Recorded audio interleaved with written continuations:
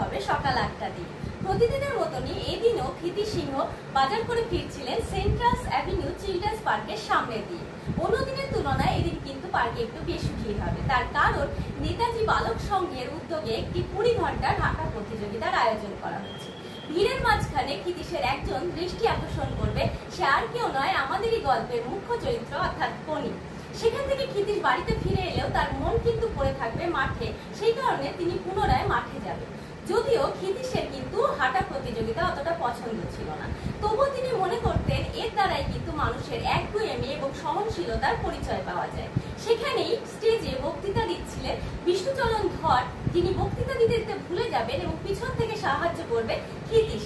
এই বক্তৃতার কিন্তু ভীষণ সুনাম হবে, তাই বিষ্ণুচরণ ধর তাকে সাথে করে তার বাড়িতে নিয়ে আসবেন এবং তিনি জানাবেন যে এবছরে তিনি ভোটে দাঁড়াবেন এবং তার সমস্ত স্পিচ যেন লিখে দেন ক্ষিতীশ।